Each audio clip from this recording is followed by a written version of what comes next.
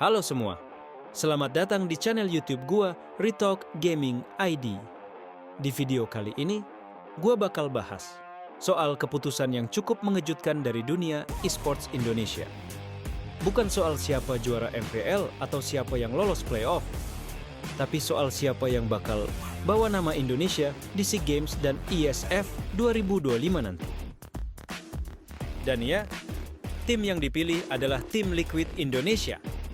Yap, bukan Onyx, bukan RRQ, apalagi EVOS. Tapi kenapa bisa gitu? Apa alasan dibalik keputusan ini?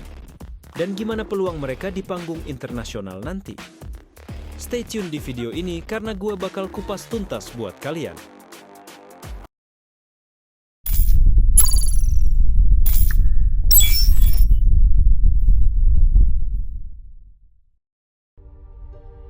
Buat kalian yang mungkin masih asing sama nama tim Liquid Indonesia, sebenarnya tim ini adalah hasil rebranding dari Aura Esports, salah satu tim senior di skena Mobile Legends Indonesia.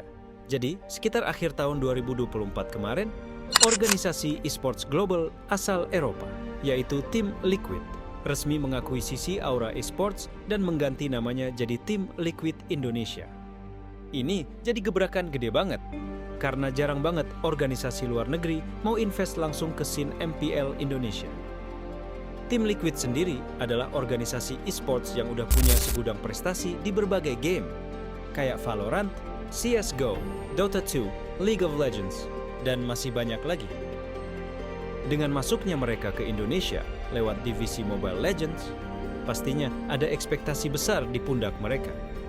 Kalau kita lihat performa tim Liquid Indonesia di MPL ID Season 14 kemarin, sebenarnya mereka sudah tampil stabil, hingga berhasil mengangkat trofi karena performa mereka konsisten dari awal regular season sampai akhir.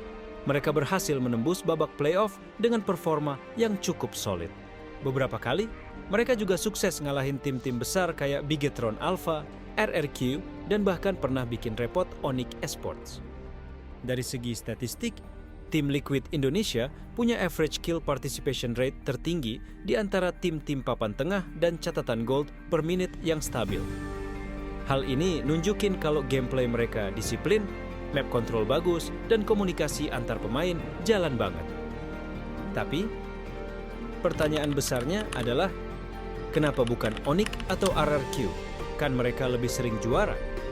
Nah, menurut info yang gue dapet, Federasi Esports Indonesia mempertimbangkan beberapa faktor sebelum milih siapa wakil Indonesia.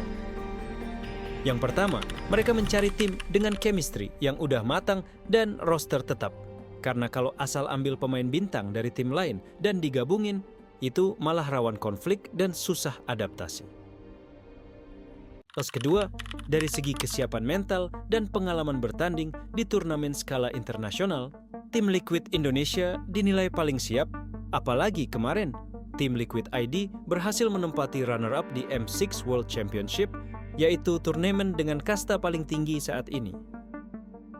Selain itu, tim Liquid juga punya support global dan coaching staff kelas dunia seperti Sain De Lucas yang sempat berkarir di luar negeri. Otomatis persiapan mereka buat SEA Games dan IESF bisa lebih maksimal.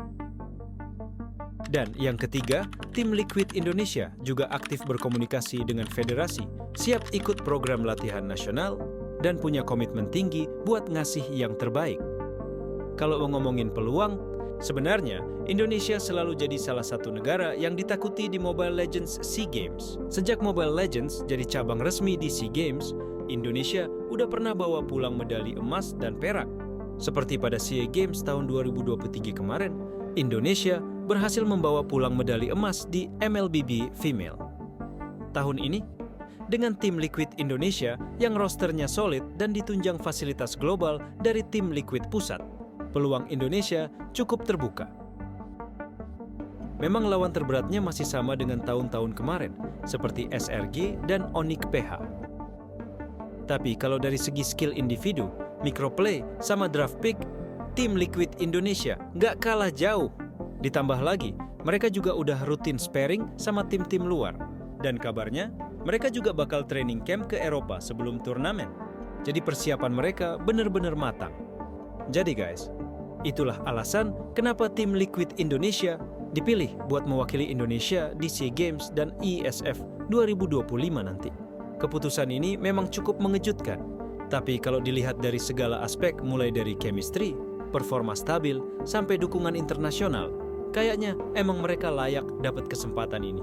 Sekarang tinggal kita doain aja, semoga mereka bisa tampil maksimal dan bawa pulang medali buat Indonesia. Nah, kalau menurut kalian gimana? Setuju nggak sama keputusan ini? Atau sebenarnya lebih pengen Onyx atau RRQ yang maju? Atau bahkan EVOS? Berikan pendapat kalian di kolom komentar. Jangan lupa like, subscribe, dan nyalain loncengnya biar nggak ketinggalan berita esports lainnya. Sekian dari gua, sampai jumpa di video berikutnya.